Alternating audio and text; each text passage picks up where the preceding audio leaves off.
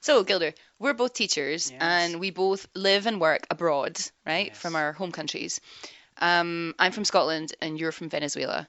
So, I'm sure we both have to deal with homesickness because we're so far from our home. How do you deal with homesickness? Oh, it's very difficult Hmm. because, as you said, I'm so far from my country. Yeah. And like special seasons like Christmas or during the Holy Week is something that we celebrate Okay. a lot. Uh-huh.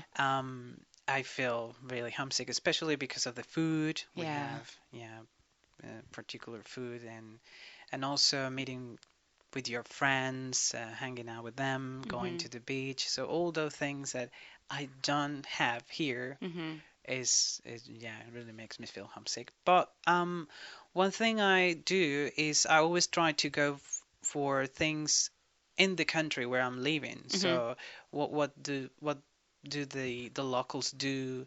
Is there any interesting and it's a sort of like an adventure because you're doing Hmm. something new, so you're kind of replacing something that you're used to do by Yeah. something new. So in a way, is it's nice dealing with homesickness. Yeah. Yeah.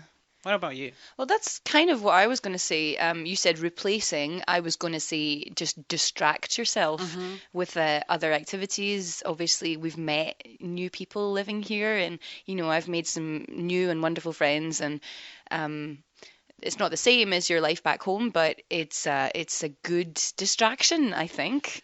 You mentioned activities, so yeah, just exploring the new culture that we're in, and if feeling homesickness in regards to food, there's a lot of delicious food here, here in Japan, delicious food, so we can distract our needs, I guess. Yeah, that's one of the good things of being in Japan is the fact that you get to know people from all over the world Yeah, and try so many different things. yeah. So yeah, it's a distraction, as you said, a Mhm. good distraction. Mhm. Yeah. Okay. Um, one, I guess one strategy I have as well for homesickness is whenever someone um comes to visit, which is very rare, but it does happen. I send them a list of things that they can fill their suitcase with to bring over for me. Foods from home and Yes. just tea bags from the local supermarket and some cosmetics or toiletries that I cannot buy here, particular brands that I like. And it's little things like that that help me, I think, deal with not having them.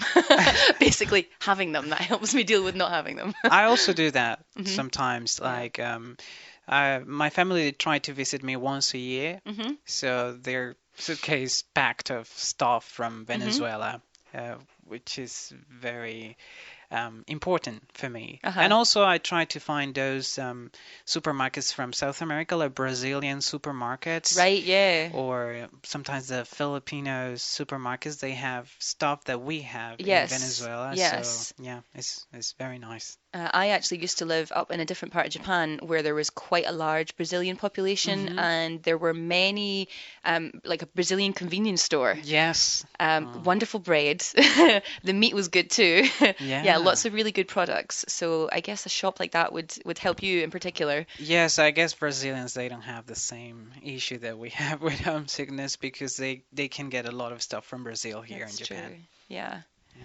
Well, of course, there are international stores around. I'm lucky enough to, even in a small city like this, I have an international store that's reasonably close. So there are a few products that I feel happy about, I guess. Maybe I wouldn't even buy them at home, but when I see them in the shop here, I feel like, oh, I can't get Yeah. other things, so I'm going to buy Likewise. these biscuits or Likewise, something that you can read. yeah, well, yeah, that's true. Just peel the language sticker off the top and read the English Yes. below. Yeah, there are different ways to cope with it, I think. Yes.